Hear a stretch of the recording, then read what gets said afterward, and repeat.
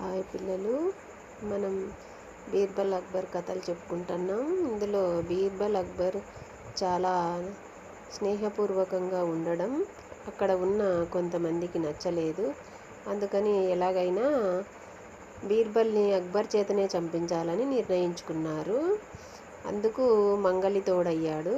మంగలి అక్బర్కి చౌరం చేస్తూ మాటల్లో పెట్టి ఒక విషయాన్ని గుర్తు చేశాడు. ప్రభు, మీ పూర్వీకులైన స్వర్గస్థులైన మీ నాన్నగారి క్షేమాలు ఏమైనా మీరు తెలుసుకున్నారా అని అడిగాడు.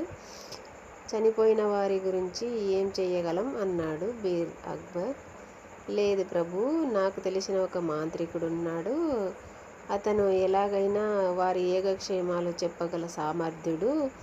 అవి తెలుసుకోవడానికి మన బీర్బల్ అయితే ఇంకా సమర్థుడు అని వివరించాడు. అది అక్బర్కి నచ్చింది. అందుకు బీర్బల్ని పిలిచి ఈ విషయం వివరించాడు. నువ్వు ఎలాగైనా స్వర్గానికి వెళ్ళి మా తండ్రి గారి యోగక్షేమాలు తెలుసుకొనిరా అని చెప్పాడు. ఇంకా రాజుకి ఏది ఎదురు చెప్పలేని బీర్బల్, సరే ప్రభు, నాకు ఒక నెలకి సరిపడా సరుకులన్నీ మా ఇంటికి పంపించండి, నేను వెళ్తాను అని చెప్పాడు. సరే అని చెప్పి అన్ని ఏర్పాట్లు చేశాడు అక్బర్.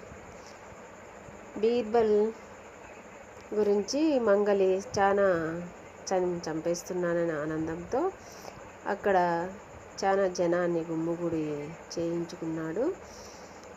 శ్మశానంలో బీర్బల్ కోసమని ఒక కాల్చడానికి కట్టెలు కూడా పెట్టించేశాడు. బీర్బల్ తెలివైన వాడు గనుక శ్మశానం నుంచి తన ఇంటికి నేరుగా సొరంగ మార్గాన్ని ఏర్పరచుకొని ఆ చితిపై పడుకొని నిప్పు పెట్టించేశారు. తర్వాత ఆ పొగ మంచుల్లో బీర్బల్ చిన్నగా లోపలికి దిగిపోయి సొరంగ మార్గంలో తన ఇంటికి చేరుకున్నాడు. ఒక్క నెల వరకు తను బయటికి రాకుండా ఇంట్లోనే ఉన్నాడు. అందుకు నెల రోజులు గడిచేసరికి అతనికి బాగా జుట్టు పెరిగిపోవడం, గడ్డం పెరిగిపోవడం లాంటివి జరిగాయి.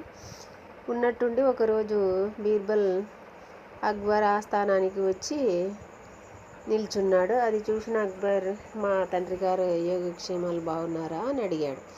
చాలా బాగున్నారు ప్రభు, స్వర్గంలో ఒక కొరత వచ్చింది, అది మీతో చెప్పమని మీ నాన్నగారు చెప్పారు అన్నాడు. ఏమిటి ఆ కొరత అంటే, అక్కడ అందరూ ఉన్నారు కానీ మంగలి లేరు, అందుకని వారి జుట్లన్నీ పెరిగిపోయాయి అని చెప్తాడు అక్బర్.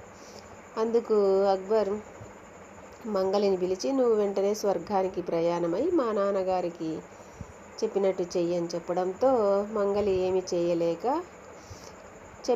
రాజు చెప్పినట్లు శ్మశానంలోకి పోయి నిప్పంటించారు. అందుకు అతను చేసుకున్న మోసం అతనికే దెబ్బతీసింది. ఇంతే, ఇంకా రేపు చెప్పుకుందాం.